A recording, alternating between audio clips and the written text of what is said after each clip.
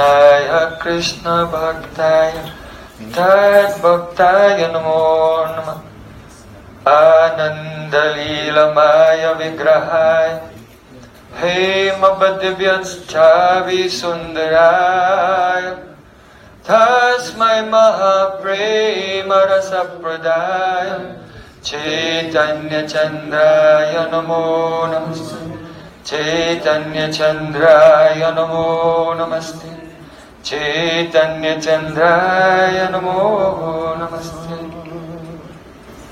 Bhaktya Vihina Aparada Lakshe Chivkasta Kamadi Torang Komodi Kripa Mahitam Shanam Prapana Brinde Namaste Charanara Vindam Brinde Namaste Charanara Vindam Govinda Damodara Madhaveti Govinda Damodara Madhaveti Govinda Damodara Madhaveti Govinda Damodara Madhaveti.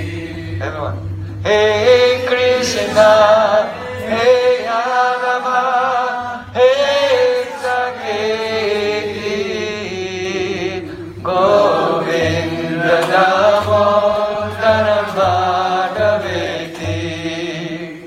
Sham Sundar Shikanda Sikar Smaha Sumuli Manora Radhikaras Kamama Kripanit Hek Supriya Chana King Kurim Kuru Tavai Vasmi Na Jivami Tayavana Iti Vikyaya Devi Tam Nayama Chanantikam.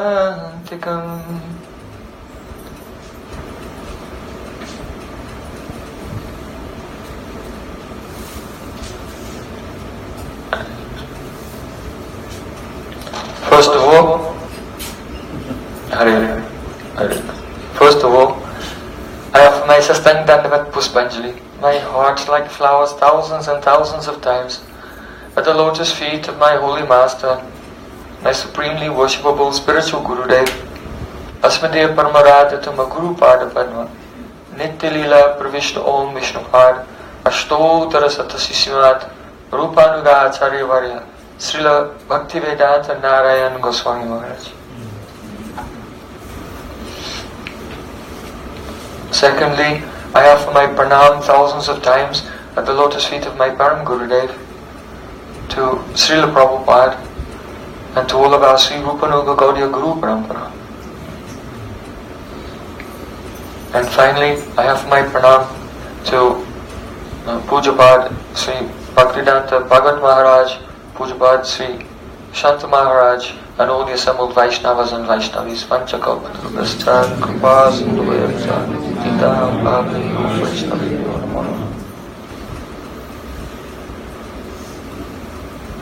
With your permission. Huh? With your permission. You want me to say something? You can say something. Huh? You can say something. Okay. And if you can bless me, I may also say something after. I'm sorry to interrupt. I want to make just a quick announcement. Because a lot of devotees are new or we haven't come to a lot of temple programs, but any parking that's not here is not okay.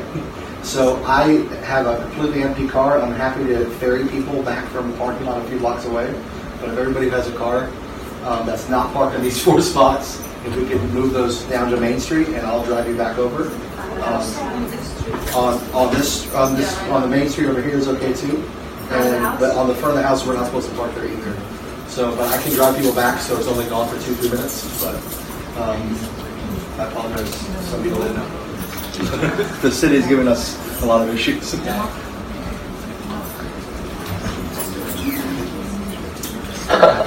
the good people walking out. Om Jnana Timirandasya Gyananjana Salakaya Chakshurannuritam Yena Tasya. So, Prem Prayojan Prabhu very kindly asked me to say just a few words. I don't want to take up much time because tonight we're doing Harinam Sankirtan. And I'm remembering what Srila Gurudev said once about this Harinam Sankirtan.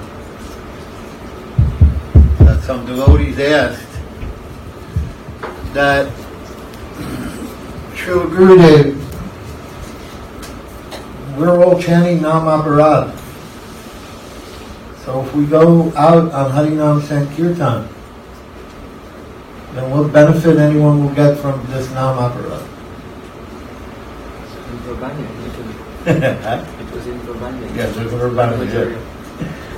So then Gurudev said, when you go out on the order of Guru, when you're doing Harinam Sankirtan by the order of myself, Swami Maharaj, Prabhupada, all these, when you go out by their order, then it is their Shakti that is carried in your Harinam Sankirtan, their power. He said, therefore, not only everybody else gets purified, but you get more purified. Because you're not chanting Nam Aparad, now you are a conduit for their transcendental vibration. And I was remembering when we used to chant on the streets in New York for hours and hours a day. And when we would come home, people would follow us back to the temple. And they'd come back to the temple and they wouldn't leave. They would just stay. That happened to me. I heard them chanting, I followed them back to the temple, and I didn't go home. So that was Prabhupada. So Prabhupada, Gurudev, Bharati Maharaj, all of them, they have ordered Harinam, very potent. If we do Harinam, we get great benefit. So, very important to do Harinam Sankirtan because you are broadcasting the Prema Bhakti of the Sadguru. Prema Bhakti Jahavete Avidya Vinashadvete, and you are destroying the ignorance in the conditioned souls. So, tonight we're very fortunate because Prem Prayojan Prabhu will be leading our Harinam Sankirtan. Yeah. So I encourage everybody. I'm a little bit exhausted and short of breath, so I may not be able to go out, or if I go out, I won't go out for long. So you please forgive me for my incompetence. But if all of you go out, when I was your age, I was going out 8 hours a day. So you please go join in tonight and go out on Harinam Sankirtan. That is my few words. Now you hear Sri Harikatha from Prem.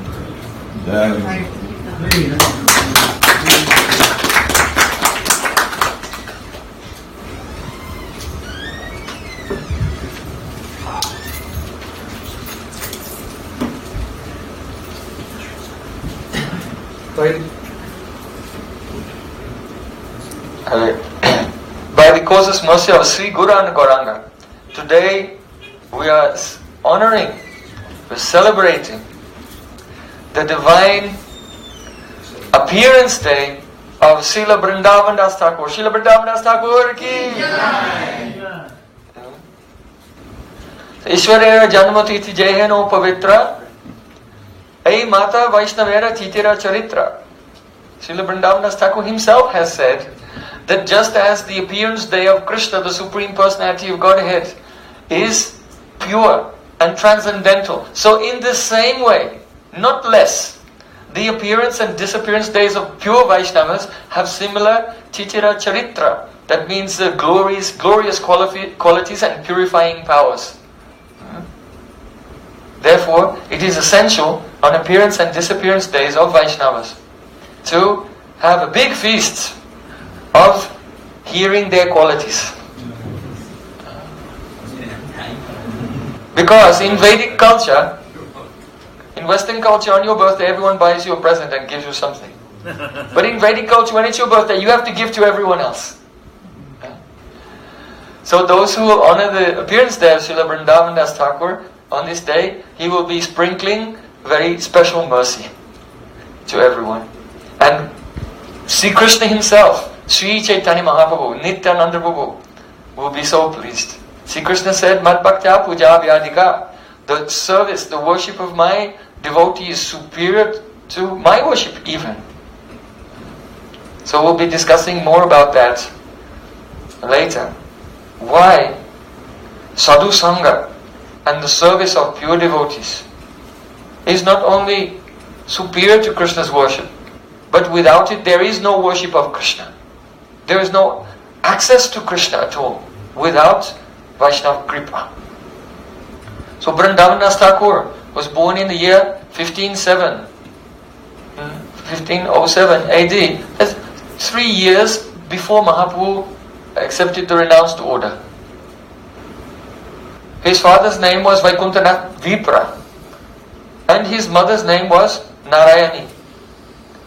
So Narayani is very famous because she received so much mercy of Nimai Pandits when she was just a little child of about 5 years old. Once in Navadvip, at first when Nimai Pandit was performing his Sankirtan in the courtyard of Srivas Thakur, so many local persons, atheistic Brahmanas, Smarta Brahmanas, Tantrics, logicians and others, they were very much against the Sankirtan movement. They used to criticize. What are they doing? Shouting loudly, screaming. The names of, is their God deaf? This is not proper behavior. Don't they know that you should remember the name of God only in your mind? You should not call it out loudly. They said things like this. Others criticized them. They said, what is all this shouting and noise coming from Shiva Sangam in the evening? Maybe they're alluring women there at night and taking drugs and getting drunk and they're having a big party. They weren't allowed inside. They used to threaten, oh, we're all going to get in trouble because of this. Because the Muslim magistrate and his men, they're very, very strict and they won't tolerate any uprising of Hindu nationalism. So just on account of their behavior, we'll probably all be punished, the whole village. We should smash down the house of Srivas Thakur and throw it in the Ganges. So they spoke in very derisive ways about Srivas Thakur and the Vaishnavas. So one day someone made a rumor that the Muslim king is coming. And he's coming with 2 boats full of soldiers. And when he arrives at the village, he's going to punish everyone. So there was a very big panic. And all the people of the Mayapur, Navadvip Mayapur, they were packing up their things and they wanted to leave. There was chaos. And at that time, Nimai Pandit, he was chewing some tambour. He was wearing a beautiful flower garland.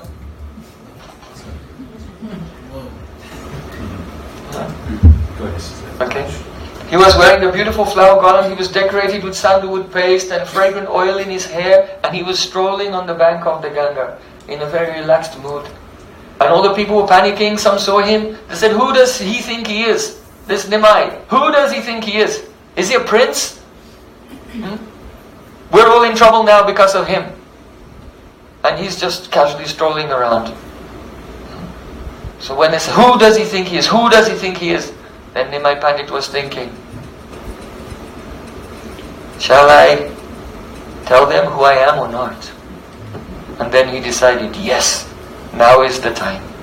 And loudly Nimai Pandit began to call, I am he! I am he! And everyone thought, he's gone mad. What is he talking about? In the meantime, Srivas Thakur, he was in his temple room. And he was very concerned about the attacks, what he thought was inevitable attack about to take place. And he was sitting before his altar and worshipping Lord Nishingadev. Shri Nishinga Jaya Nishinga Jaya Jaya Nishinga Praladesha Jaya Padma Mukha Padma Bringa, and praying fervently, oh Lord Nishingadev, please save all the Vaishnavas, save the Vaishnavas. The same relationship that the residents of Navadvip have towards Lord Nishingadev is the same relationship that the Brijbasis have towards Giriraj Govardhan. So it's not that he is their Ishtadev or Ishtadev of Gaudiyas, but that is a very sweet relationship. Like Brijbasis take shelter of Govardhan in a time of difficulty, so Navadvip Basis, they take shelter of Nishingadev. So he was praying, and Nimai Pandit came and broke open the door to his puja room and said, Srivas, I am he. But Srivas, he was very concerned about worshipping Lord Nishingadev. What is Nimai Pandit doing? No, you don't understand. I am he. That person you are worshipping, Lord Nishingadev, Ramachandra, Narayan, Krishna, all. I am he. Srivas Thakur was not impressed. How can it be that the boy who lives next door is this supreme personality of Godhead? How will he save us from the soldiers? So then Mahaprabhu said, listen, don't worry about anything. Nothing in the universe can move without my desire. I am the Paramatma in everyone's heart. And if I don't want those soldiers to come here, then they cannot come here. Srivas Thakur was still not convinced. Nimai Pandit said, but just in case they do come here, in case they come here, then don't worry. Because I'll say to the Muslim leader, I'll tell him, bring your horses, bring your elephants, and bring your soldiers. And bring your priest also, and get him to read from the Quran, and see if he can make them all cry in love of God. And when he does that, and nothing happens, then I will say, Haribol! I'll make their soldiers cry. I'll make their horses and elephants, all will weep with love of God. Srivas Thakur looked at him. He was still not convinced. So then, the Nimai, Vishwambar Mishra, he saw that he was not convinced. He said, I'll show you, call your family members. So Srivas Thakur called all his wives and his cousins, aunts, uncles, and all their servants, all the family came there. And Nimai Pandit looked around and saw a 5-year-old Narayani, little girl. He said, Narayani, come here. He said, Narayani, little girl came forward. Nimai Pandit said, chant the name of Krishna and weep with love of God. And at once, his Kripa Shakti appeared in her, and tears began to spray from her eyes, and falling and rolling on the ground, she was crying, Krishna, Krishna, Krishna. Then Nimai Pandit looked at Srivas Thakur. You see? Are you convinced now? So, actually it was just a rumor, the soldiers did not come. But this is how Nimai Pandit, he gave mercy to that girl Narayani. She was married to the Vaikuntanath Vipra. But after her husband died, actually, when her child was very young, and she moved back to live in the home of Srivas Thakur. So she had so much mercy of Chaitanya Mahaprabhu. So Narayani, who is she in Krishna Lila?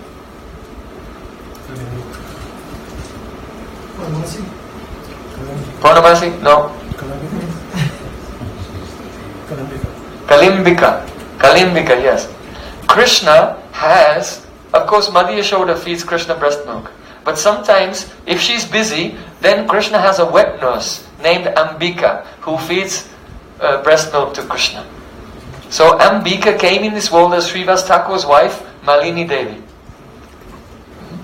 And Ambika has a younger sister who used to take Krishna's remnants, Kalimbika.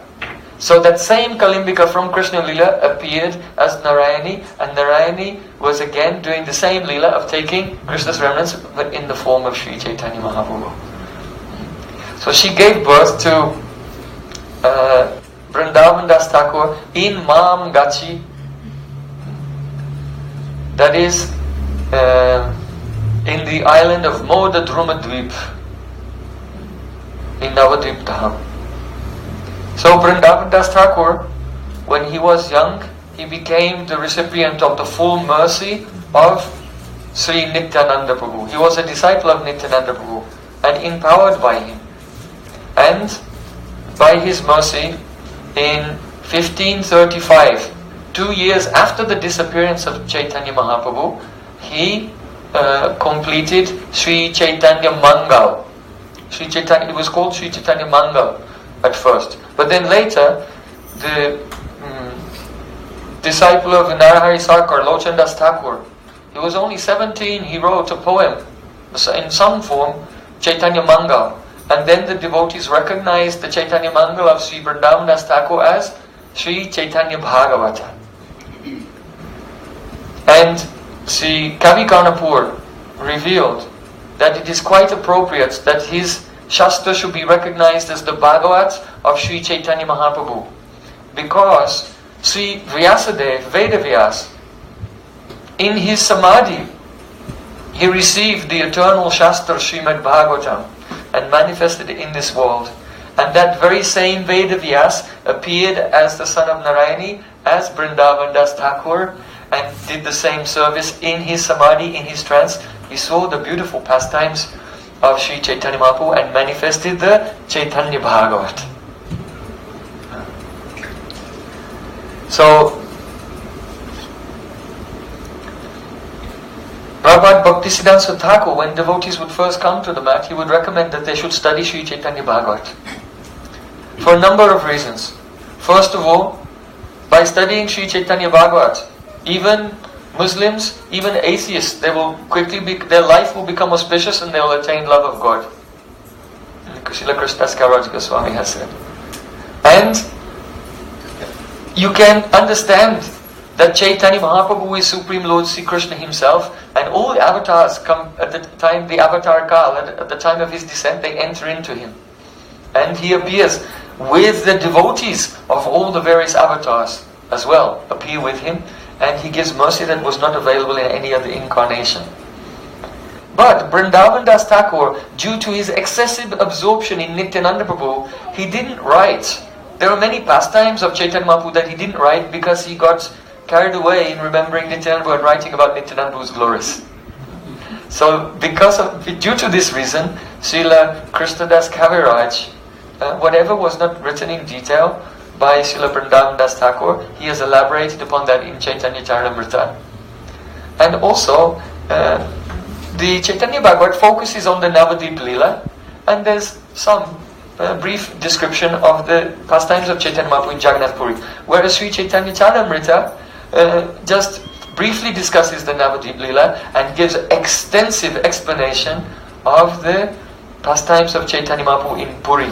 Especially because Srila Raghunath Das Goswami was there in Puri with Mahaprabhu, and Srila Krishnadas Kaviraj Goswami accepted him as Shiksha Guru and heard everything directly from an eyewitness of Gaura Leela. And also we see that by the time he was writing Chaitanya Charitamrita, Srila Jiva Goswami Pad had elaborately manifested all the conceptions of Sri Chaitanya Mahaprabhu in the form of 6 sandarbhas. And so what you find in Chaitanya Charitamrita is the essence of the presentation of the 6 sandarbhas is presented in conversational form. In the form of conversations between Mahaprabhu and Rupa Goswami, Mahaprabhu and Sanatana Goswami, Mahaprabhu and Sarvabhauma Bhattacharya, Mahaprabhu and Prakashananda Saraswati, Mahaprabhu and Ramananda Rai, and so on. Mahaprabhu and Swarup Damodar became, you see their discussion is so much of Ujjvanila Mani comes in there. And of course Shikshastakam is there at the end of Chaitanya Charitamrita. So Chaitanya Bhagavat is very important for all the devotees for so many reasons. And one of the reasons is, in the Adi Leela, in the Madhya Leela and the Antya Leela, in several places, Vrindavan Das Thakur says, if anyone will criticize Nityananda Prabhu, or if anyone will criticize Vaishnavas, then I will beat them with a stick in some places, and in other places he said, I'll kick them in the head. So, some persons say, well, this is extreme. This is religious fanaticism. But Srila Bhaktisiddhanta Thakur said, no, don't think like that. Why? Because those who are critical, those who are offensive, those who are atheistic, then they should be completely neglected. They're fit to be neglected. Ishwaitara dineshu balisheshu dvisatcha prema maikri kripopeksha upeksha. They should be neglected by the Madhyam Bhagavatas. Madhyam Bhagavatas, that's very high. From Ruchi up to Bhav, they are Madhyam Bhagavatas. But Srila Vrindavan Das Thakur, being an incarnation of Vyasadeva, and also one cowherd boy of Krishna's, among Krishna's Sakhas, named Kushamapida, also entered into Vrindavan Das Thakur to fulfill some special purposes.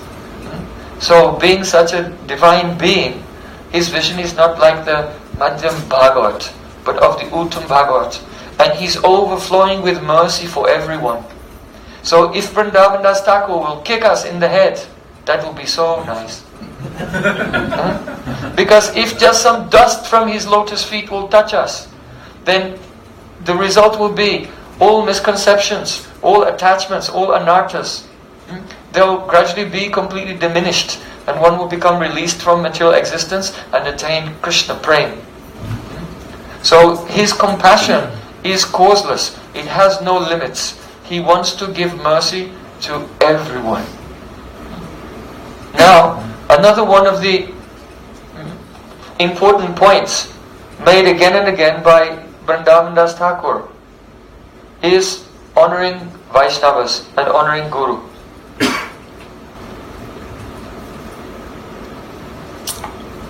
He said, Kahari na ninda kare Krishna Krishna bole Ajya Chaitanya say jinibe kahale Ninduka no hikalabya sava shastukhaye Sabar saman bhagavat dharma hoy. It means Kahari na ninda kare Krishna Krishna bole. Don't criticize anyone and continuously chant Hare Krishna, Krishna Krishna, Hare Hare Hare Ram, Ram Ram, Hare. Ajya Chaitanya say jinibe kahale. Chaitanya Mahaprabhu is Ajay, unconquerable. But if you can just follow these two things, don't criticize, don't minimize, don't belittle any person, and continuously chant Hare Krishna, then Mahaprabhu will be conquered and become your property. Nindukana hikalabhya. And conversely, those who engage in the criticism or minimization of other persons, they never gain anything in life. Nahikalabhya. They never benefit. They gain nothing at all. Because Sabara Saman Bhagavata Dharma hoy. The Bhagavad Dharma, the transcendental religion which is preached by Srimad Bhagavatam, is Sabara Saman. Respect everyone. Amanina manadena kirtanya sadahari. If we don't honor every living being, then we will not be aware of the presence of Krishna in their heart. And now we've become vimukh, we've become bahimukh. Our consciousness has turned away from Krishna. So it's a great disaster. Now, honoring everyone is undoubtedly difficult. Did anyone ever find that in their life? That there was a situation where they were like overwhelmed with fuzzy feelings for everyone they met? What do you think? Okay, yes, it's difficult. So Vrindavan Das Thakur, at the end of Sri Chaitanya Bhagavat, he gives a very important pastime to instruct us, to help us all. He's paraphrasing one Leela, which is from 10th canto of Srimad Bhagavatam. Once, many rishis, many sages, they gathered together on the bank of the Sarasvati. And they were discussing the meaning of the Vedas.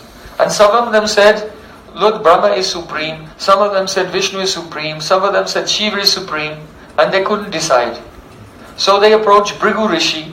And they said, Oh Bhrigu Rishi, you're most qualified. You're the mind-born, Manasaputra, mind-born son of Brahma. Please, if you go and do research and then come back with Praman, whatever you give as the conclusion, we'll all accept that. We want to know who is supreme. So then Bhrigu Muni, he set out.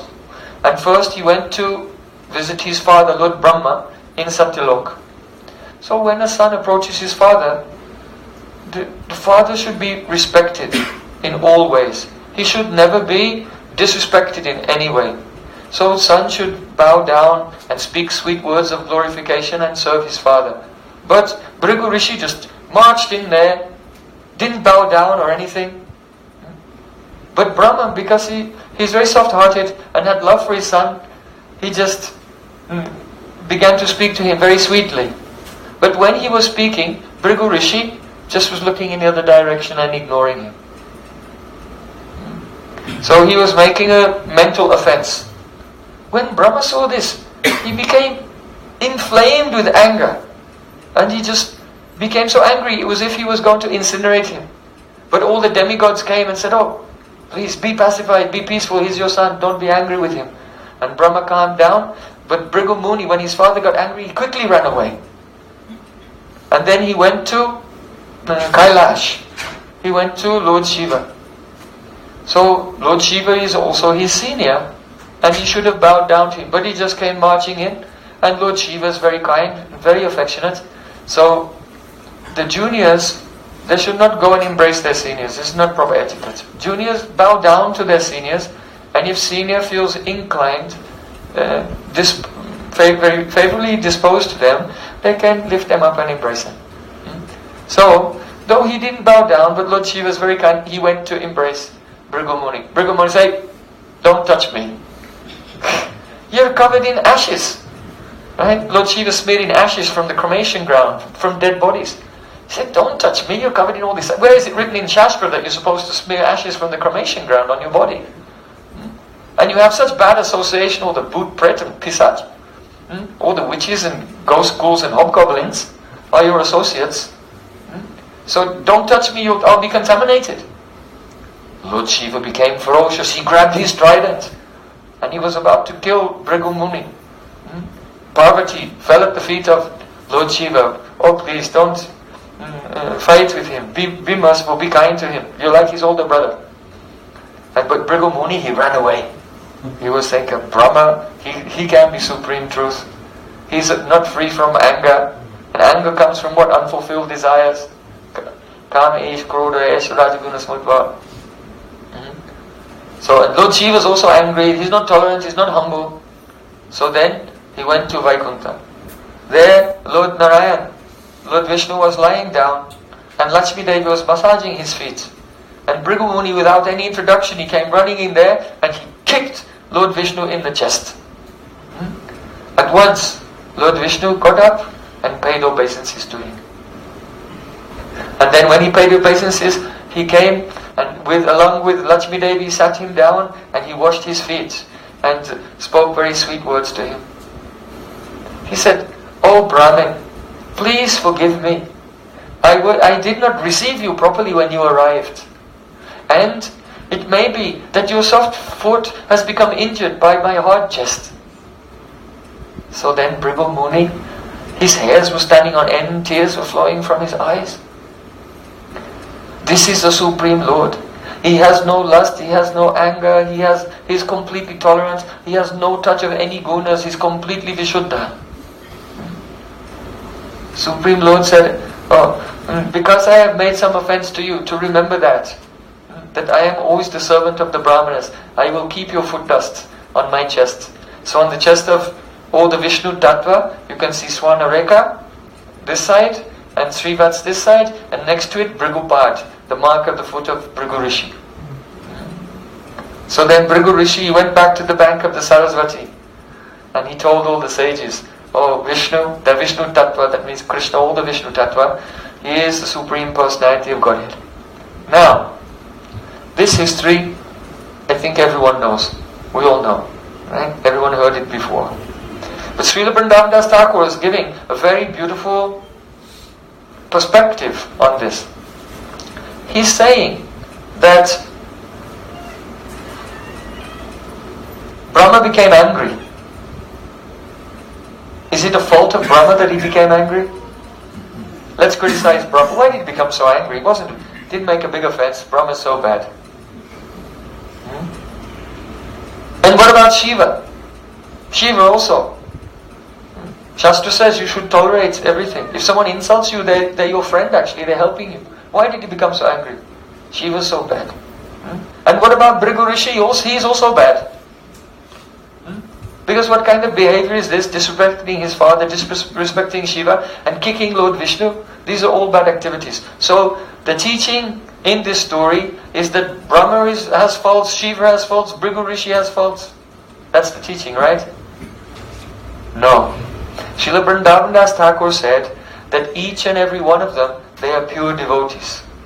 And they were all inspired that the Supreme Lord Himself had entered into the heart of Bhrigu Rishi and made him disrespect Brahma. That He inspired Brahma to become disturbed by that. He entered into Bhrigu Rishi and made him disrespect the Shiva and made him disrespect himself even. It was the will of the Supreme Lord in order so that the whole world could become auspicious by understanding the loving relationship between the Supreme Lord and His devotee and the superior position of Lord Vishnu, and that Brahma and Shiva are all His servants. Like this. So, Srila Vrindavan Das Thakur said, it sometimes happens that pure devotees of the Lord behave like ordinary beings of this world. But, if something happens like that, and you criticize anyone, then this will completely ruin and destroy your life.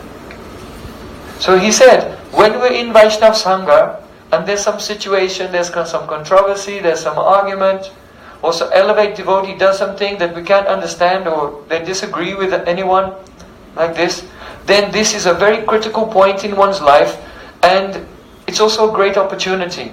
It's an opportunity for complete self-destruction, but it's also an opportunity to make great advancement. Krishna said in Bhagavad Gita, Apichat sujaracharo bhajate mamananyabhak sarureva samantavyat samyak sabhyavahito hi saha chipram bhavati dhamatma shashvan santim negachati kontya pratijanaina bhakta prayashrati. So Srila Bhaktivinoda Thakur said that if you see a person who is dedicated fully to the service of Krishna, and you say he's a sadhu, even if there's some discrepancy, then the person who says this, he's the one, Chipram Bhavati Dharmatma, who quickly becomes Siddha, perfect. He's the one who becomes perfect, very soon. So Vrindavan Das Thakur, he said, these types of situations in life are critical and they're very difficult. But he said, I have thought about this for a long time, and I have come across the solution. What is the solution in any difficult situation? He said the solution is this. Be very calm. Be very humble. And glorify both sides. This is our nature. When we're in duality, if there's some conflict, we glorify one side and minimize the other. Vrindavan said, don't do that. When a situation comes, be calm, be patient, and glorify both sides. And if you do that, then, he said another thing, you should try to hear from advanced devotees also. Listen to the advice and words of advanced devotees, glorify both sides, and wait. And he said, if you do that, then the Supreme Lord in your heart will give you Divyamati. Divyamati means divine intelligence to understand how to proceed with your life. And then you will quickly become perfect. So, we're very indebted to Vrindavan Das Thakur. We can learn so many things. We can learn so many things, and we can do so much service. Years and years and years of service. But if we don't catch this one point, it will all be for nothing. Because it will be cancelled out by one wrong word. And then we may have to struggle and suffer for lifetimes even. So, we are very indebted to Srila Vrindavan Das Thakur. Srila Vrindavan Das Thakur ki jai, Tadiya Abhivakti ki jai, Gaur Premanande. Now we want to continue on this theme about the glories of Vaishnava Sangha.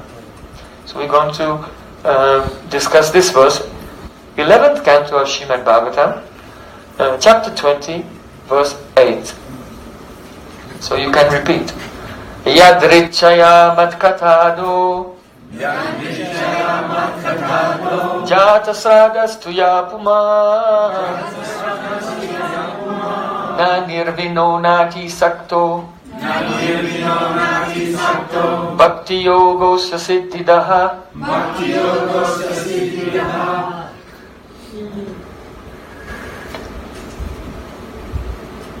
Krishna is speaking to Uddhav about the eligibility, the adhikar, prerequisite for taking up the path of karma, jnana and bhakti.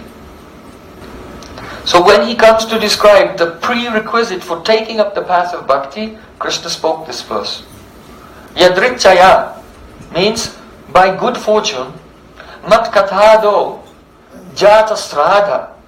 If jata sraddha, faith, appears in one's heart in Krishna Katha, by good fortune, then Yapuman, that person, that Yapuman is in the singular. It's in the singular to indicate that so many persons can have the adhikar to do karma. And less, but also many persons may have the adhikar to do jnana.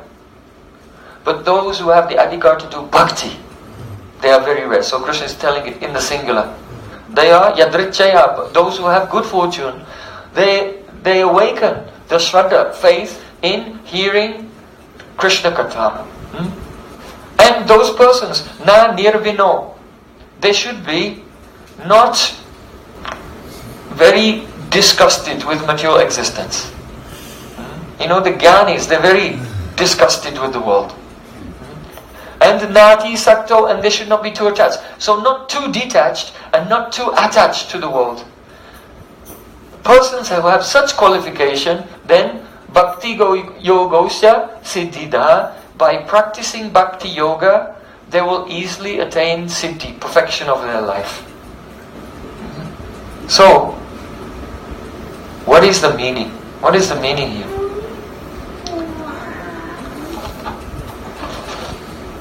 The eligibility for jnana is that the chitta has become very purified by the performance of nishkama karma yoga. Doing your duties in life, like Bhishma Dev, following all his duties, facing all difficulties, but without any attachment at all, the chitta becomes purified, and then one becomes completely averse to worldly activities. So he is called nirvinaha. He has eligibility for jnana yoga. But Krishna is saying, na nirvino. Nati sakto. And he should not be too attached to the world. What is the cause of attachment to the world? Anadi avidya yuktasya. Having avidya, ignorance, being covered by ignorance from time without any beginning. That is the cause of attachment to the world. So a person should not be like that also. Because if you have uncontrollable lust, anger and greed and everything, then you just won't be able to stop doing sinful activities long enough to chant your rounds. So you should have enough time in the day to do sadhana and not be distracted and the mind contaminated by breaking four negative principles. So what is the cause? The cause of being atisakta, excessively attached, is anadi avidya. But what is the cause of not being excessively attached, but also not being disgusted? The cause of that is sadhu sangha. So bhakti yogosya siddhidha, if a person has sadhu sangha, then they get the eligibility for bhakti yoga. So the bhakti yoga, the sadhu sangha, gives such a samskar in the heart that the devotee easily leaves behind the worldly attachments without becoming disgusted with the world. Yukta vairagya. And at the same time, by sadhu sangha, jata sraddha mat kathado, the faith comes in harikatha. So this word yadrichaya is very important. It's sometimes translated as somehow or other, or by chance, or by good fortune. So it requires some very minute analysis. When Vasudeva Krishna was in the womb of Devaki, at that time all the demigods, they came and they were in the sky, they were offering prayers to the Supreme Lord in the womb. At that time they said, Swayam samuttirya sudustajam dhuman Bhavanava bhimam adabra sauridaha Bhavakpadam boruhu navam atrate nidaya yataha sadanugraho bhavan. They said, "Oh my Lord, when a great devotee, an acharya, who desires to cross over the ocean of material existence, goes beyond this world, he travels beyond this world taking the boat of your lotus feet. But what happens is, if there's a big ocean and someone takes a boat and goes to the other side, then all the people are left behind. They can't cross because he's taken the boat. But the demigods say that the acharyas, great Vaishnavas, they are so merciful that they take the boat of your lotus feet across the ocean of material existence, but when they arrive there, they leave the boat on the other side somehow or other. It's quite miraculous. So that other people can get in that boat and cross by following in their footsteps. The meaning is that the acharyas show us the way. And by following them, we can join them and arrive at the transcendental destination. So Sudustiram Duman Bhavanamam Bhimam. This ocean of material existence is terrifying.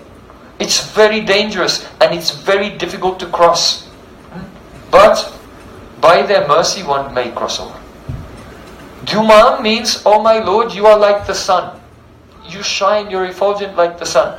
And Sadanugraho Bhavan means, you, Bhavan, Sadanugraha, you give your mercy to your pure devotees. Now, the implication, the suggestion of this verse is this: that the Supreme Lord, being like the sun, is full of joy. He is Sachidananda Surya. Tatsavitur Varenyam. Krishna Surya Sama Mayahaya Andaka. Yahan Krishna Tahan Nahi Maya Adika. Krishna is like the sun. He is full of bliss. So he is not touched by Maya, just as there is no darkness in the sun. So, see Krishna not touched by Maya. He does not know what suffering is. He doesn't know what misery is. And so, he cannot feel mercy for the conditioned souls in this world. Because mercy means that when you are aware of someone's suffering, your heart melts. And when your heart melts, then you express kindness to them. But because Krishna is like the sun and never touched by any darkness of Maya, he does not know what suffering is like at all. And therefore his heart cannot be melted by the plight of the living beings in this world. Yeah? Fact, nuclear bomb drops. 100,000 people die in a second. Right? What? Does God intervene? No. Nothing. Paramatma is there just watching. Everything turns to dust. Paramatma is just neutral. Samoham savabhuteshu. Name dvaistosni napiya. Tsunami comes. Again, 100,000 people die in a second. Paramatma is doing nothing. You get locked in your house and it's burning down. You're burning alive. Paramatma is just there watching. Samoham savabhuteshu. This is a fact. Then who's going to give mercy to us? So the demigods are saying Sadanugraho Bhavan. Because the Supreme Lord, His Swarup is made of Swarup Shakti. He never interacts with Maya. He interacts only with His Swarup Shakti. So because that Swarup Shakti in the form of Bhakti is in the heart of His devotees, He only interacts with His devotees in this world.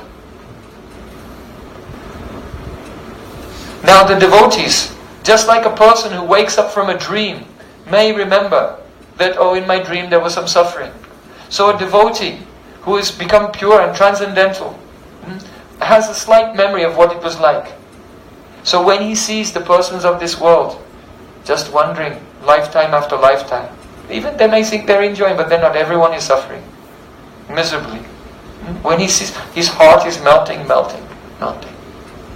And that pure devotee gives mercy. So Krishna's mercy never comes directly to anyone. It comes only through sadhu sangha. Krishna bhakti janma mul hoy sadhu sangha. So here Sadanugraho Bhavan means Sadanugraho Bhavan, you give anugraha, mercy to your sadhus because they have Swarup Shakti and you are in Swarup Shakti, so you interact with them, not with others. You give mercy to them. And Sadanugraho Bhavan means that you give your mercy through your pure devotees. Yasya prasadat bhagavat prasado, yasya prasadat nagati kutopi. By the mercy of Gurudev, one gets the mercy of Krishna. Without the mercy of Guru, no one gets anything. No auspicious destination at all. And the third meaning, Sadanugraho Bhavan, means that the sadhus, they are your mercy. Karunya Ganaganatvam. Krishna is an ocean of mercy. But the ocean never comes to the desert. But that mercy can evaporate, and in the form of a cloud, the cloud may go to the desert and rain down there. So, the cause of any living entity taking up bhakti and attaining the mercy of Krishna is first and foremost the devotee's mercy. So here the word yadrichaya, if we take it by good fortune, it becomes a very problematic situation. Because if you say that good fortune is the result of someone did so many pious activities, and therefore they got faith in Harikatha. So faith, the Harikatha is bhakti, is transcendental. That would mean that karmic activities would become the cause of bhakti. But bhakti is ahoituki, it's causeless. So how could karmic activities? So if you just say by good fortune, by the good fortune of being pious, then it becomes apasiddhanta. So if you say by good fortune that it was Krishna's mercy on that living entity, then this becomes problematic as well. Because why would God, who is impartial, give mercy to one and not to another? And now God becomes guilty of the fault of partiality. So that can't be the answer either. So in Bhakti Sandarbha, Srila Jiva Goswami gives the definition of yadrichaya. He said, yadrichaya kenapi parama swatantra bhagavad bhakta sangha tad kripa jata mangaludayena. Very beautiful. It means, yadrichaya means parama swatantra bhagavad bhakta sangha. The devotees of the Lord are param swatantra, supremely independent. They're completely independent. They wander here and there by their own will. And due to their Bhagavad Bhakta Sangha, Tad Jata Kripa. Tad Kripa Jata, that means by their mercy, Mangaludayena, then there is an awakening of good fortune in your life by their mercy. So I remember, I heard that some disciples of Srila Prabhupada said, what did we do in our previous life? What pious activities did we do? Sukriti did we do to have your association in this life? Srila Prabhupada said, I created your Sukriti. He just did it, completely independently. Just causeless mercy of the pure devotee. So this is very astonishing. So, therefore, in the beginning of Srimad Bhagavatam, first canto, chapter 2, text 16, there it says, Susrusro Sardadanasya Vasudeva Kataruchi Sanvayatsevya Vipra Punyatirtha Nisevanat. That means the scriptures encourage us to go on pilgrimage to visit the holy tirthas. But the point is that sadhus are there. So if somehow you go to the holy tirtha, but there you meet with sadhus and you serve them, Punyatirtha Nisevayat, you serve those sadhus, then by their grace they bless you and Shraddha comes. In Harikatha, Susrusro Sadadanasya Vasudeva Kata Ruchi. So here Krishna is saying, Mat Katha Dojat Shradhastyapamam, those who by the mercy of pure devotees, and the cause of that mercy was just the pure devotees, their independent will. Those who develop faith by their mercy, they easily become siddha, perfect, by practicing bhakti yoga. Very beautiful. So, yadrichaya, this word, quite mysterious. In the Amarakosh Sanskrit dictionary, there it says, yadricha swairita charita iti amaraha. Means the definition of yadrichaya is independent will. The devotees wander here and there as they like. And this we find again and again in Srimad Bhagavatam. For example, in the 11th canto, there it's described that Narad Muni comes to Dwarka. And when he arrives in Dwarka, then Vasudev Maharaj greets him. and he honors him. And Vasudev Maharaj, he says, please can you explain to me about Bhakti Yoga? Why did Vasudev Maharaj raise this question? It's very interesting. Because he told Narad, in my previous life I did austerities to get the Supreme Lord as my son. But I didn't but I was bewildered. I didn't ask him for bhakti. You see, Nanda and Yashoda previously were Drona and Dara. They said, I want to love you like my son. So they got to relish all Krishna's childhood pastimes. But Prishni and Sutapa, who was Vasudeva and Devaki before, they did hard austerities, which indicates Aishwarya, mood of Aishwarya. And they said, I want you as my son. They didn't ask for bhakti. So they got Krishna as their son for one moment, and then Vasudeva Maharaj had to go and leave him somewhere else and come home. Like that. So they got him as a son, but they never had the chance to serve him as in his childhood as their son. You see? So he said, I was bewildered in my previous life. And because Vasudeva Maharaj had heard that the sages, and among the sages Durvasa Rishi, had given a curse to the Yadu dynasty at Pindarak. So then he knew that very soon Krishna would be leaving this world. So he was thinking, well, Krishna's going to leave this world, but I'll still be here. Because I just did austerities to get him as my son. But I never really learned how, in humility, I never really learned how to love him. So he's saying to Narad Muni, please tell me about bhakti. No. So then, Narad Muni, he said, Rishabdev had 100 sons. Of those 100 sons, 81 of them became first-class Brahmins. 9 of them became Kshatriyas and they ruled over the 9 islands of Jambudvip. One of them became the emperor of the world, but he renounced everything, went to the forest. That was Bharat Maharaj. And he became perfect after 3 lifetimes. So that leaves 9 out of 100. Those 9 all became topmost Paramahamsas. They are the Nava-Yogendras. Kavi, Havi, Antariksha, Prabhuda, Pipalayan, Avihotra, Drumila, Chamasa and Karabhajan. 9 Yogendras. So he said that Upajagmu Yadritchaya. Upajagmu Yadritchaya. It means that these 9 Paramahamsas were wandering here and there throughout the universe. And Yadritchaya, by their free will, they arrived at the yagya of Maharaj Nimi. And then it becomes very famous, Nimi Nava Yogendra Samvad, the conversation between King Nimi and the 9 Yogendras. So there in Srimad Bhagavatam it's said that the 9 Yogendras arrived at the yagya of Nimi Maharaj Yadritchaya. By their free will they were wandering. Another example is Maharaj Chitraketu. You know, he wanted to have a son, he was doing yagyas to have a son, he had so many wives but none of them would give him a son. And then one day, Angira Rishi came there. So it says, Upagaschad Yadritchaya, Shukadev Goswami said. So again and again in Srimad Bhagavatam, you see, whenever a sadhu, whenever a person in this world meets with a sadhu, it's always described Yadritchaya.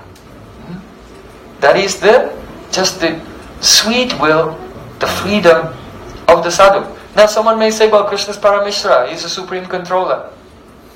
But actually, Krishna is under the control of his devotees, but the devotee is not under the control of Krishna. This is the Siddhanta. Krishna himself said, Aham bhakta paradino hyasatantra ivadvija. I am not independent. I am dependent on my devotees. I am aswatantra. But the devotee, what is that? Paramaswatantra Bhagavad Bhakta Sangha. Supremely independent.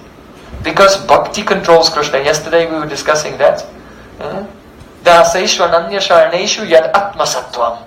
Just as the disciple wants to be atmasat, submissive to the Gurudev, dependent on Gurudev, his heart merged with Gurudev, pervaded with the love of his Gurudev. So in the same way, Krishna is atmasat to his devotees. He's dependent on his devotees. He's absorbed in his devotees. He's subordinate to his devotees. He's one in heart with his devotees. So, Lord Brahma, in the Brahma Stuti, second of the Brahma Stuti, he has also revealed this. He says, Asyapi deva vapusa madanugrahasya Svecha mayasya nahi bhuta mayasya kopi Neshe na tu tvavasitam manasantarena Sakshadavaiva kimut atma sukhanubhute. In this verse, Lord Brahma he's just been glorifying the beauty of Krishna's body, with his gunjaberry earrings and his peacock feather pitambar, with rice in his hand and with his flute and his stick and his buffalo horn bugle. And he's saying, Brahma is saying, oh, you are the only object of worship for everyone. So Krishna's standing there and he's not really looking at Brahma, taking much notice, but telepathically he's saying, what do you say? I'm a coward boy, I'm the son of Nanda and Yashoda. I'm just a little boy, you're a big powerful demigod. So then Lord Brahma says, Asyapi deva vapusa madanugrahasya. Oh my Lord, your body is natu bhuta mayasya kopi, is not made of 5 elements. In fact, Neshe mahi tvavasitam manasantarena. Even though my mind, the manasantarena, is completely restrained, completely focused, but I, Neshe mahi tvavasitam, I am incapable of estimating the glories of your body, the extent of the power, the opulence, and the sweetness of your body. My mind just cannot get to the end of it. So the significance here is that yogis have a power called samapati. When a yogi comes in the stage of sampragyata samadhi, and their chitta is very steady, ekagrata, one-pointed, then whatever they focus on, then that very object appears in their chitta. Their chitta becomes that object actually, and they fully understand everything about that object directly. So that type of knowledge is not knowledge exactly by pratyaksh, gross pratyaksh, but it's called parapratyaksh, an advanced, subtle perception, and that knowledge is called yogaja, the knowledge born from yoga. So here Brahmaji is saying, even though my mind, manasantarena, is focused, is steady, and I have the power to enter in and understand the qualities of everything. You see, just like a yogi, he'll sit and he'll think about his navel. And by doing a samyam, focus on the navel, then samapati comes and he sees his entire digestive system and everything. His chitta transforms into that and he can examine it. And then he knows everything. And then he can write a book about Ayurveda. So knowledge didn't come by, cutting people up and looking what's inside. By yogaja, he can enter and know the qualities of anything. So, but Brahmaji is saying, even though I think about you, I cannot figure out the extent of your qualities. Because your body is so unlimited, transcendental, inconceivable and beyond my capacity. So Brahmaji here is admitting he has 5 types of ignorance. He said, Sukhanubhute. He said, first of all, I cannot understand the greatness, the power and sweetness of your body. This is my first ignorance. My second ignorance is that I cannot, if I cannot understand this body of you as a little 5-year-old child, then how will I understand your Kishore Leela? Later when you do Ras Leela and all of these things. It's just completely beyond me. Second ignorance. Third ignorance. I cannot understand, if I cannot understand the glories of your body, then how will I understand Atma Sukhanubhuti, the joy, the happiness that you feel when you go out into the forest to take your cows to graze in that divine form? It's beyond me. How many ignorances is that? 3. Okay. Fourth ignorance. Here Atma Sukhanubhuti, here Atma can mean your Atma are your friends, your associates. So I cannot figure out in my mind what kind of sukh, what kind of ananda, happiness is felt in the transcendental bodies of your associates, like your coward boys, Madhya Yashoda, or the gopis. Because they have divine forms like yours, Satchidananda forms. They're your Swarup Vaibhav. Fourth type of ignorance. And then fifth type of ignorance, Brahma says, there's no way at all that I can ever estimate or understand the bliss that you feel when you, in your inconceivable, unlimited, blissful body, and your devotees in their inconceivable, unlimitedly blissful bodies meet together and do pastimes together. Again, can't figure it out. But one thing I know, he says, about your body, Asyapi Deva Vapusa Madanugrahasya Swachamayasya. Swachamayasya means this body of yours is Swachamayasya. It is completely by your own devotees. They dictate to you everything that you do. Their desires. In other words, why Krishna appears in this world? Because of the desire of his devotee. Why the Vigraha appears in this world? Because of the desire of the devotee. How does the holy name descend Shuddhanam? Because of the devotee. How does Krishna appear in the heart of any conditioned soul and liberate him? Because of the prayers of everything about the body of Krishna, transcendental, inconceivable, but one thing is true, that Krishna is not independent. Everything he does is due to the praying, the love of his devotees, because he's praying vasita, controlled by love. So this is the thing. So here the meaning in this verse, Yadrichayamat katado, by good fortune, if you get faith in Harikatha, well, someone may say, but faith is the first step. Ado Sraddha, then Sadhu Sangha. But here the word Ado Sraddha means, before Sraddha there was Sadhu Sangha. That Sadhu Sangha was for you not conscious choice. It was by the free will of the devotee wandering here and there. That made your faith, and then when you had that faith, then you deliberately, intentionally, with a strong desire associated with the sadhu in order to learn about the path of bhakti. That's the meaning. So, here, the point to take the jewel to keep in your pocket for your whole life is that Krishna is under the control of his devotee, but the devotee is not under the control of Krishna. Krishna does not give mercy directly, he gives through his devotees. And those devotees, by Swachamayasya, by their free will, they're wandering around the world and distributing Krishna's mercy to everyone. Therefore, the most important thing in our life is sadhu sangha.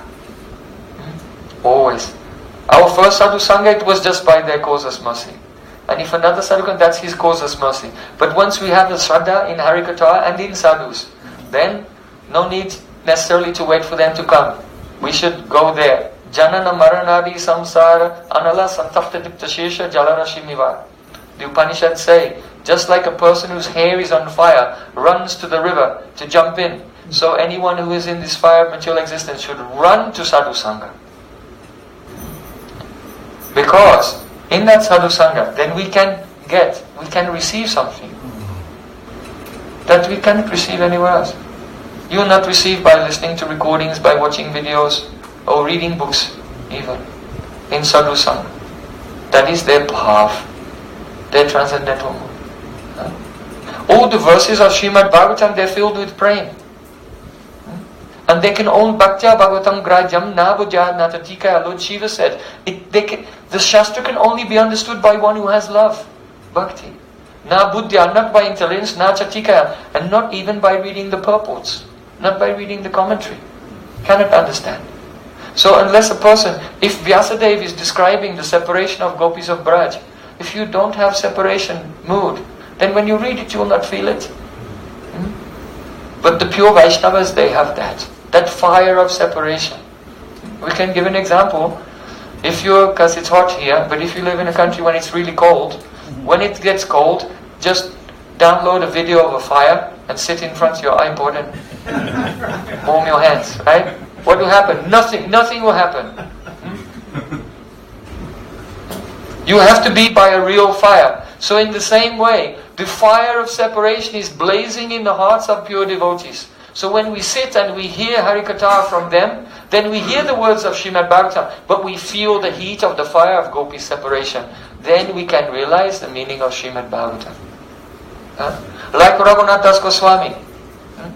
Atyut katena nitaram virahanalena dandayamani hridaya kapidasi ha swami nikshanam iha pariyena garam akrandanena vidura vilapami padyaye. Srila Raghunath Das Goswami is saying, Atyut katena nitaram virahanalena dandai, I am suffering. I am being punished intensely by a blazing fire of separation. O Swamini, O Shrimati Radhika. Kilaka Pidas, who is suffering? He said, just a certain maidservant. He's not even saying himself. Saying, oh Radhika, a certain maidservant. He's dying, burning in a fire of separation from you. And for that reason, pranayena gadam, with a deep pranay, feelings of oneness with you, feelings of very intimate and confidential love for you, vilapami padhyay, I'm offering the flowers of my prayers at your lotus feet. How did that mood come in Raghunath Das Goswami? Only by Sangha. You can see, first of all, Madhavendra Puri. Madhavendra Puri. How he manifested in this world. Ai dina dayadranatha he, mathuranatha kadavalokvase, hridayam tadaloka kaparam, tahita brahmiti kim karomyaham. Radharani's Mathura Viraha. Very intense, divyam, mad separation from Krishna when he went to Mathura. When Mahaprabhu himself visited Mathura, he met one Sanudiya Brahmin. And seeing the ecstasy, then he said, "Oh, how did you get this love for Krishna?" He said, "Oh, once one sadhu came to Mathura named Madhavendra Puri." Mahaprabhu said, "Yes." Without contact with Madhavendra Puri, no one can have even a scent of this type of ecstatic love. See, Mahaprabhu went to South India. He came to the bank of Godavari in Kobur, and he met with Ramananda Rai and was inspired. Where did Ramananda Rai get this bhav from?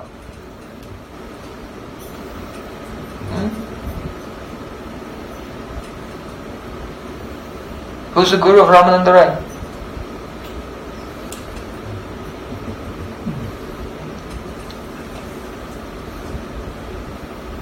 Raghavendra Puri, and he's a disciple of Madhavendra Puri.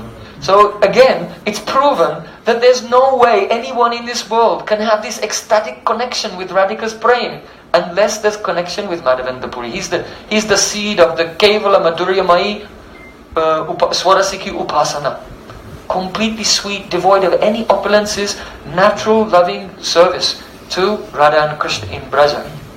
So, then Mahaprabhu heard from Ramananda Rai. After his tour of South India, he came back and then he was staying in the Gambhira. And then Mahaprabhu in the Gambhira, he was with Swarup Damodar, and Swarup Damodar used to see everything, and then carrying that fire in his heart, he would come back to his ashram, and Raghunath Das Goswami was waiting, and then he heard from the Swarup Damodar Goswami, and then that fire was transferred into the heart of Raghunath Das Goswami. So he can write this verse, Atyut Katena Nitram Virahana Lena. But all those, especially Chaitanya Mahaprabhu, has relished first. Because you see, when he was in the Gambhira, he was chanting loudly, and then suddenly they heard there was no sound coming. So then Govinda, he opened the door and Mahaprabhu was gone. He called Swarup Damodar and Rai Ramananda. And they were weeping. They thought perhaps Mahaprabhu has entered his unmanifest Leela. So they were searching with torches everywhere. And in the end, finally, they came near the Singadwara of the Jagannath temple. And they found Mahaprabhu was in his kurma roop. He was white like a conch shell. Foam was coming from his mouth. Tears streaming from his eyes. They picked him up and they carried him back to Gambhira and loudly chanted the holy names. Hare Krishna, Krishna Krishna, Hare Hare, Hare Rama, Rama Rama, Hare Hare. And Mahaprabhu gradually came back to external consciousness. He said, I was in Vrindavan and I saw Radha and Krishna. And they were with their Sakhis. And they were laughing. And their ankle bells were ringing. And Krishna was playing his flute. And their bangles were ringing. And these four sounds mixed together. The sound of the ankle bells of Radhika, the flute of Krishna, their bangles and their laughter. And then, suddenly, you brought me here. Mahaprabhu said, Oh, Ramananda Rai, Swarup Damodar, my ears are dying. I've become deaf. My ears are dying of thirst because I cannot hear this sweet sound of the ankle bells of Radhika and the laughter of the Sakhis. So then you'll see, later, Raghunath Das Goswami is writing, Jai Sri Radha Govinda Ju Ki Jai. Amritabdi rasa prayais Javanupura sinjitaha Akada mama kalyani badiryam apanasyate. Raghunath Das Goswami, in his samadhi, he's hearing the ankle bells of Radhika. But when his spurt is broken, then he's crying, "Oh Radhika, the sound of your ankle bells is like nectar. But now I am a deaf person. Please, cure my deafness by again filling my ears with the nectarian sound of your ankle bells." Where did this bhav of Raghunath Das Goswami come from? Mahaprabhu himself was tasting Manjari bhav. He was seeing Radha Krishna and the Sakhi. He said, the Sakhis told me, go and pick some flowers. And I went to pick some flowers. So Mahaprabhu himself was tasting Manjari bhav. And by associating with Sordamda and Raghunath Das Goswami, this bhav's coming in Raghunath Das Goswami. So this transcendental love, it never falls out the sky. It can never be generated by sadhana. It can never be attained by anyone. It can only be attained by unconditional nishkapat nishwarta guru seva. Without any selfishness, without any duplicity, unconditional surrender and service at the lotus feet of Gurudev, then that treasure, that fire of separation, it comes down and it can manifest in our heart. Then we become siddha. There's no other way to attain the samarpaitum unnata ujjvala rasam swabhakti sriyam. This treasure that was never given before of Radha Dasya. So sadhu sangha, sarva shastikoy, lava matra sadhu sangha, sarva siddhi hoy. Srila Gurudev ki jai, Srila Prabhupada ki jai, Jai Gaur Premanande. Srila Vrindavan Das Thakur ki jai. Okay, quick summary.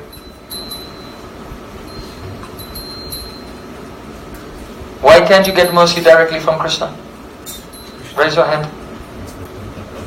Or if you don't raise your hand, I'll choose someone randomly. You. Yes.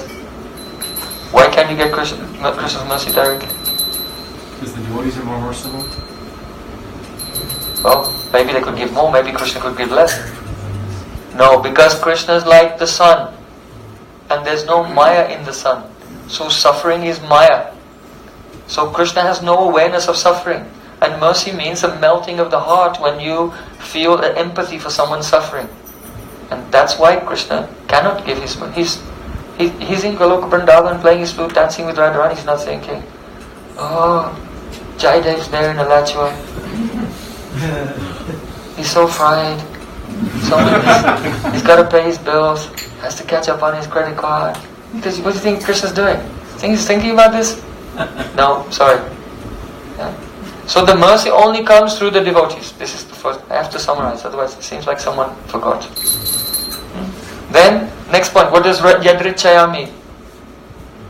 Meaning of Yadrichaya? Yes, Prabhu. By their own free will, like they choose to give it by like causes like you were saying about how Prabhupada, and he had said he had given the Sukriti. Yes. It is the auspiciousness in your life that arises just due to the mercy of the devotees that was just given freely by their free will as they wander here and there according to their own independent will. Yes, very good. And now we'll sing one kirtan, then we'll go for Harinam Sankirtan. Gaur Premanand. You have a question? Really real quick to ask. Sure. You said that Krishna is controlled by the love of the devotees and controlled by the devotees, but then you said the devotees aren't controlled by Krishna. No. Yes, that's right, yes. Krishna is controlled by his devotees, but the devotees are independent. So what are they controlled by? Because Yadrichaya is also an adjective to Bhakti. Bhakti Devi herself is independent. So Krishna has given complete freedom to Bhakti Devi, and all the devotees there under the control of Bhakti Devi. But Krishna gave complete freedom to her, but her only existence is to give happiness to him. So in this way, all the devotees can give such joy to Krishna that even Krishna is not expecting. It's even unexpected to Krishna. Like Radharani does not just fulfill all the desires of Krishna. Radharani actually creates desires that he never had and then fulfills them.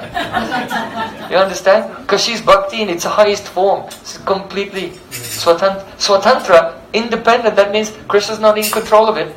Yet, that bhakti, by nature, by very swarup, only acts to fulfill all his desires, or create desires that he never had and fulfill those also. In the case of Radharani, so she's topmost. Jai Jai Sri Radhe.